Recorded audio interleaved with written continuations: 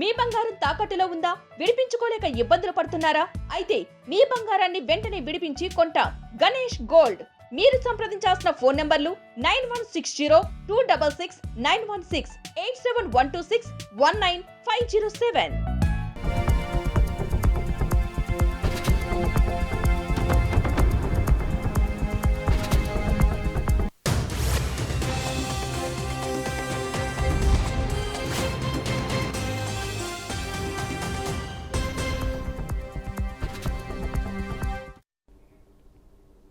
ఇక అప్డేట్ చూద్దాం. యెమెన్లో మరణ శిక్ష ఎదుర్కొంటున్న భారతీయ నర్సు నిమిషప్రియకు భారీ ఊరట లభించింది. నిమిషప్రియ ఉరి శిక్షను రద్దు చేసేందుకు యెమెన్ ప్రభుత్వం ఆమోదం తెలిపింది. సోమవారం అర్ధరాత్రి నిమిషప్రియ మరణ శిక్ష రద్దు గురించి ప్రకటన వెలువడింది. దీని గురించి భారత గ్రాండ్ ముఫ్తీ సున్నీ leader Kanthapuram AP Aboobacker Musliyar office అధికారిక ప్రకటన అయితే చేస్తుంది. అయితే నిమిషప్రియ ఊరి రద్దు గురించి భారత విదేశాంగ శాఖ నుంచి ఇంకా అధికారిక ప్రకటన వెలువడలేదు. మరికొన్ని గంటల్లో విదేశాంగ శాఖ కూడా దీనిపై స్పందిస్తుందని సమాచారం.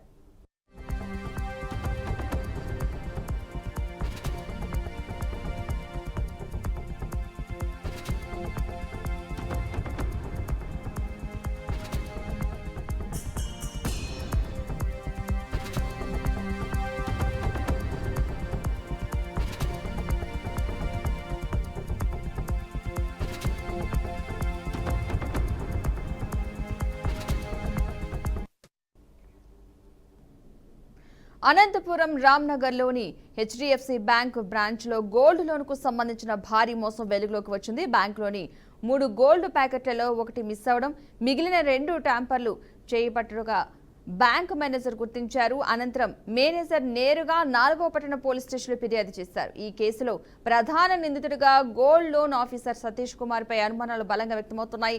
కస్టమర్ల నుంచి తీసుకున్న బంగారాన్ని బ్యాంకులో డిపాజిట్ చేసినట్టు చూపించి అదే ఆభరణాలను కీర్తన ఫైనాన్స్ అనే స్థానిక సంస్థలో తాకట్టు పెట్టి అధిక మొత్తంలో లోన్ తీసుకున్నట్లు పోలీసులు దర్యాప్తులో తేలింది. ఇక ఈ మోసానికి ఫైనాన్స్ మేనేజర్ నరేష్ కూడా సహకరించినట్లు పోలీసులు స్పష్టం చేశారు.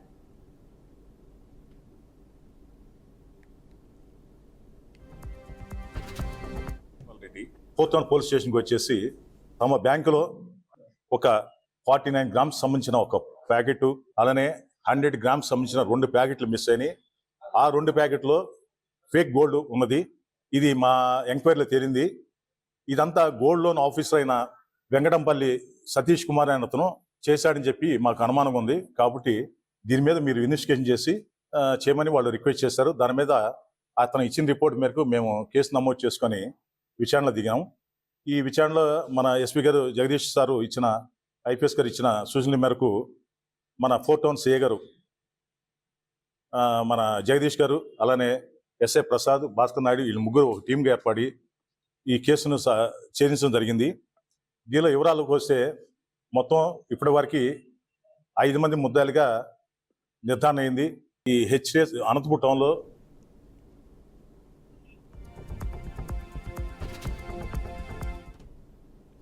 ఇదే అంశానికి సంబంధించిన పూర్తి సమాచారాన్ని మా ప్రతినిధి ప్రకాష్ అందిస్తారు. ప్రకాష్, చెప్పండి, దీనికి సంబంధించిన పూర్తి డీటెయిల్స్ ఏంటి అసలు? చూసుకున్నట్లయితే అనంతపురం జిల్లాలో ప్రజలు ఏదైతే నమ్మకంగా వారి సొమ్మును దాచుకునే వ్యవస్థను నమ్మి ఏదైతే ఉన్నారో అదే వ్యవస్థలో భారీగా స్కామ్ జరిగిందనేది చెప్పుకోవచ్చు. అదేంటంటే హెచ్డిఎఫ్సి బ్యాంక్ గోల్డ్ కి సంబంధించిన ఒక గోల్మాల్ అయితే జరిగిందని చెప్పుకోవచ్చు. ఈ విషయంలోనే 4 వ్యక్తులను అనంతపురం వ్యక్తులు చెందిన ఫోర్త్ టౌన్ పోలీసులు అరెస్ట్ చేసిన పరిస్థితి పద్మ. అయితే Anantapuram Ramnagar branch HDFC bank లో కస్టమర్లకు చెందిన ఒక గోల్డ్ ప్యాకెట్ మిస్ కావడంతో రెండవ ప్యాకెట్ కూడా ట్యాంపరింగ్ చేసినట్లు బ్యాంక్ మేనేజర్ అయితే గుర్తించిన పరిస్థితి ఉంది. ఇందులో gold loan officer Satish Kumar పాత్ర ఉన్నట్లు ఫోర్త్ టౌన్ పట్టణ పోలీస్ స్టేషన్ లో అయితే ఫిర్యాదు చేసిన పరిస్థితి ఉంది పద్మ. అయితే దీంతో రంగంలో దిగిన పోలీసులు అసలు సూత్రధారులను పట్టుకున్నారు. అయితే సతీష్ కుమార్ బ్యాంక్ లో పనిచేసిన సమయంలో కస్టమర్ నుంచి తీసుకున్న గోల్డ్ ఆభరణాలు ఏవైతే ఉన్నాయో అవి హెచ్డిఎఫ్సి బ్యాంక్ లో కాకుండా కస్టమర్లకు తెలియకుండానే మోసపూరిత పద్ధతిలో కీర్తన అనే ఒక ప్రైవేట్ ఫైనాన్స్ మేనేజర్ నరేష్ సహకారంతో ఆ ఫైనాన్స్ తాకట్టు పెట్టడం జరిగింది. దీని ద్వారా ఎక్కువ లోన్ పొందడం, వచ్చిన డబ్బుతో జలసాలు విలాసవంతమైన గడపడం అనేది ఆయన అలవాటు పడ్డారు అనేది అయితే తెలుస్తున్న పరిస్థితి. ఏదైతే కాల పరిమితి పూర్తయిన కస్టమర్లు వచ్చి మా గోల్డ్ వెనక్కి తీసుకోవాలంటే దాన్ని కేవలం రెన్యువల్ చేస్తూ దానికి అప్రూవ్ పరిస్థితి కనపడుతుంది. అయితే వెంటనే ఏదైతే కస్టమర్లు ఉన్నారో వాళ్ళకి కొద్దిగా అనుమానం రావడంతో లోన్ క్లోజ్ చేయాలనుకుంటే దాన్ని ఆభరణాలు మళ్ళా కీర్తి ఫైనాన్స్ లో తాకట్టు పెట్టారనేది బయటకు వచ్చిన బయటికి సమాచారం వచ్చిన పరిస్థితి. అయితే సతీష్ కుమార్ తో పాటు ఇందులో సంబంధం ఉన్న మరో ముగ్గురిని కూడా అరెస్ట్ చేసినట్లు డిఎస్పీ శ్రీనివాస్ అయితే వెల్లడించిన పరిస్థితి.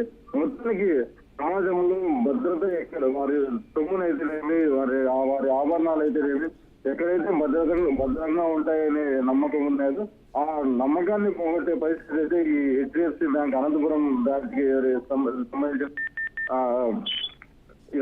ఆఫీసర్లు అయితేనేమి, గోల్డ్ లోన్ ఆఫీసర్లు అయితేనేమి ఇలా చేయడం చాలా సిగ్గుచేటు, బ్యాంక్ వ్యవస్థకి సిగ్గుచేటు అంటూ ప్రజలైతే అభిప్రాయపడుతున్న పరిస్థితి. Right, thank you Prakash.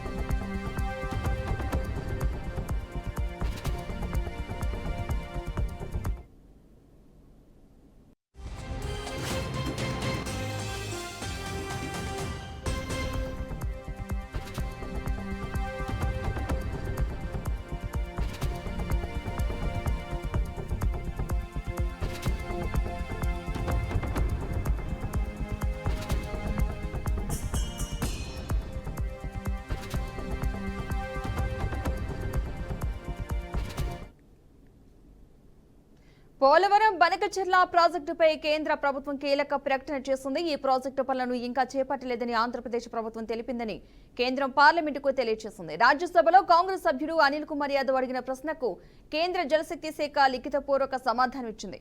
సాంకేతిక ఆర్థిక అంచనా కోసం ఆంధ్రప్రదేశ్ ప్రభుత్వం ఫిజిబిలిటీ నివేదికను కేంద్ర జల సంఘానికి అందించినట్లుగా తెలిపింది. ఈ ప్రాజెక్టుపై తెలంగాణ ప్రభుత్వం అభ్యంతరాలు లేవనెత్తుతూ లేఖ రాసినట్లు పార్లమెంటుకు తెలిపింది. ఇక ప్రాజెక్టుపై సంబంధిత అధికారులు పరివాహక ప్రాంత రాష్ట్రాలతో సంప్రదింపులు జరుపుతున్నట్లు తెలిపింది.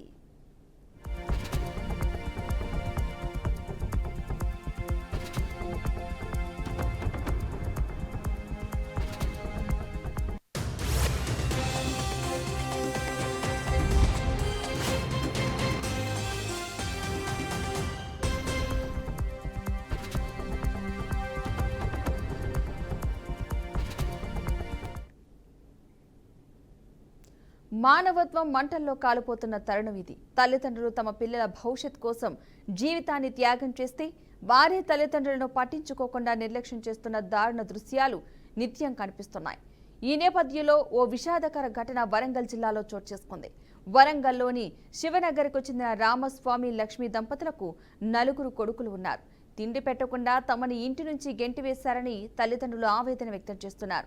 రామస్వామి గతంలో హెల్త్ డిపార్ట్మెంట్లో అటెండర్గా పనిచేశారు. ఆరోగ్యం సహకరించగా గుండె శస్త్రచికిత్స అనంతరం ఆయన వాలంటరీ రిటైర్మెంట్ తీసుకున్నారు. ఆ సమయంలో ప్రభుత్వ విధానాల ప్రకారం 1996లో రెండవ కుమారుడు రత్నాకర్కు ఉద్యోగం ఇప్పించారన్నారు. జీవితాంతం ప్రభుత్వానికి సేవలందించారని, నా బాధ్యతల నిమిత్తం ఉద్యోగాన్ని కూడా వదిలేశారని చెప్పారు. కానీ ఇప్పుడు తమ పిల్లలు తమల్ని పట్టించుకోకుండా ఇంటి బయటకు నెట్టివేస్తున్నారంటూ రామస్వామి ప్రభుత్వాన్ని వేడుకున్నారు. దయచేసి తనకు న్యాయం చేయాలని ప్రభుత్వ అధికారులను కోరుతున్నారు. 7 నెలలు నా ఉద్యోగం ఇచ్చిన రెండో కొడుకు సరే మా 10 సంవత్సరాలు ఉంటాడు కదా అని చెప్పి నేను ఆలోచిస్తే ఆయన ఎమ్మడే 3 సంవత్సరాలు ఎమ్మడే జంప్ అయ్యాడు. కనీసం తిండి పెడతాడు, చేస్తలేడు. ఇంతలో నా భార్య చచ్చిపోతే 4 లక్షలు ఖర్చు వచ్చింది సార్. ఆ ఖర్చు అయితే 1,70,000 మెడికల్ బిల్ ఇస్తే అవి కూడా చాలా కష్టం ఉంది సార్. నేను జ్వరం వచ్చిపోయినా నాకు ₹1,00,000 ఖర్చు వచ్చింది. 40,000 మెడికల్ బిల్ ఇచ్చినాం, అవి తీసుకున్నాడు. తర్వాత సంఘం చుట్టూ కసాయి అన్న అవసరం ఉందంటే అది కూడా ఇచ్చిన సార్. ఇస్తే 45,000 కట్టిన 18,000 కట్టిన సార్. ఇది నా పరిస్థితి. ఇంతవరకు తిండి పెట్టలేదు, ఏం పెట్టలేదు. ఈ గుండెకు ఆపరేషన్ చేసేది తినడానికి కష్టం. నేను కూడా 4 రోజులు బతుకుని సార్, పరిస్థితి మంచిగా లేదు. ఏ టైంలో ఎప్పుడు తెచ్చుకోలేక అప్పులు ఇచ్చిన వాళ్ళు ఉన్నారు.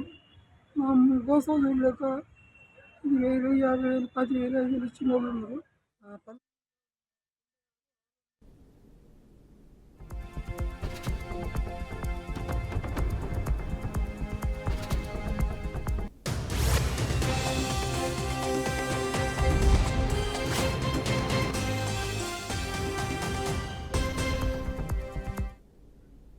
ఇదే అంశానికి సంబంధించిన పూర్తి సమాచారాన్ని మా ప్రతినిధి సాల్మన్ అందిస్తారు. సాల్మన్, చెప్పండి, ఆయన ఏం చెప్తున్నారు? ఆయనకి ఏం న్యాయం కావాలంటున్నారు? Thank you Padma. కన్న తల్లిదండ్రులను అయితే కర్కటంగా చిత్రహింసలు చేస్తున్న సంఘటనలు అయితే కోకోలుగా మనకు కనిపిస్తున్నాయి. వరంగల్ జిల్లాకు సంబంధించి శివనగర్ ప్రాంతానికి చెందిన రామస్వామి లక్ష్మి దంపతులకు అయితే 4 కుమారులు. 4 కుమారులకు సంబంధించి 2వ కుమారునికి రత్నాకర్ కు తండ్రి ఉద్యోగం రీత్యా తను వాలంటీర్ రిటైర్మెంట్ తీసుకున్నాడు. వాలంటీర్ రిటైర్మెంట్ తీసుకున్న తర్వాత 2వ కుమారునికి అయితే ఆ యొక్క ఉద్యోగం ఇచ్చాడు. ఉద్యోగం ఇచ్చిన తర్వాత తాను అన్ని తానే చూసుకుంటానని పెద్ద మనుషుల సమక్షంలో మాట్లాడుకున్న సందర్భాలు ఉన్నాయని అయితే బాధితులు అయితే ఆరోపించారు. 4 కొడుకులకు సంబంధించి 3 కొడుకులకు సుమారు ఒక్కొక్కరికి అప్పుడున్న రేటు ప్రకారము 20-30 వేలతోటి ఒక్కొక్క ఎకరానికి 3 కొడుకులకు అయితే ₹1,00,000 పెట్టి 3 ఎకరాలు కొనుగోలు చేసి 3 కొడుకులకు ఆస్తి రూపకంగా ఎకరం భూమి అయితే కొనుగోలు చేసి ఇచ్చాడు. ఈ యొక్క 2వ కుమారునికి నీకు ఖచ్చితంగా ఉద్యోగం ఇస్తున్నాను కనుక నీకు ఎలాంటి భూమి అయితే ఇవ్వడం లేదని అయితే అప్పుడున్న పెద్ద మనుషుల సమక్షంలో అయితే మాట్లాడుకున్నారని అయితే బంధువులు అయితే తెలిపారు. కొడుకు ఉద్యోగం వచ్చిన తర్వాత అన్ని తానే చూసుకుంటానని ఆశ చూపి అదే నమ్మకంతో కొన్ని రోజులు ఉన్న తర్వాత ఈ యొక్క రత్నాకర్ అయితే ఖచ్చితంగా ఈ యొక్క తండ్రి అయితే చిత్రహింసలకు గురి చేశాడని అయితే ఆరోపణలు అయితే ఉన్నాయి. ఖచ్చితంగా నాకు న్యాయం చేయాలి, నా యొక్క 2వ కుమారుడికి ఉద్యోగం ఇచ్చాను, ఉద్యోగం ఇచ్చే క్రమంలో ఖచ్చితంగా చనిపోయేంత వరకు తల్లిదండ్రులను నేనే చూసుకుంటానని హామీ ఇచ్చాడు. హామీ అయితే రాను తుంగలో తొక్కాడని చెప్పవచ్చు. ఈ యొక్క గతంలో రామస్వామి భార్య లక్ష్మి చనిపోవడంతో అప్పుడు కూడా తన యొక్క భార్య చనిపోయిందని మొత్తం అప్పు తీసుకొచ్చి ఆ యొక్క దహన సంస్కరణలు అన్ని ఏర్పాట్లు అయితే అన్ని సొంత ఈ యొక్క రామస్వామి చెప్పాడు. ఖచ్చితంగా ఆ యొక్క డబ్బులతో పాటు నాకు నెలకు ₹10,000 మందుల ఖర్చు అవుతుంది, నాకు స్టంట్ పడ్డది, ఖచ్చితంగా నాకు న్యాయం చేయాలని అయితే గ్రీవెన్స్ లో ఫిర్యాదు చేశాడు. గ్రీవెన్స్ లో ఫిర్యాదు చేసిన తర్వాత నెలకు ₹5,000 అయితే ఇవ్వాలని అయితే ఆర్డీఓ అయితే ఆదేశాలు జారీ చేశారు. ఆదేశాలను కూడా ఈ యొక్క రత్నాకర్ అయితే వైద్య శాఖలో ఉద్యోగం చేస్తున్నాడు. ఖచ్చితంగా ₹5,000 ఇవ్వకుండా కూడా మోసం చేస్తున్నాడు అంటూ మరి ఒకసారి డిఫెన్స్ లో ఫిర్యాదు చేయడానికి అయితే వచ్చాడు. ఖచ్చితంగా ఈ యొక్క డిఎంహెచ్ఓ వరంగల్ డిఎంహెచ్ఓకు ఆదేశాలు అయితే జారీ చేశారు. దీని మీద విచారణ చేసి తన యొక్క రైట్. Thank you salmon.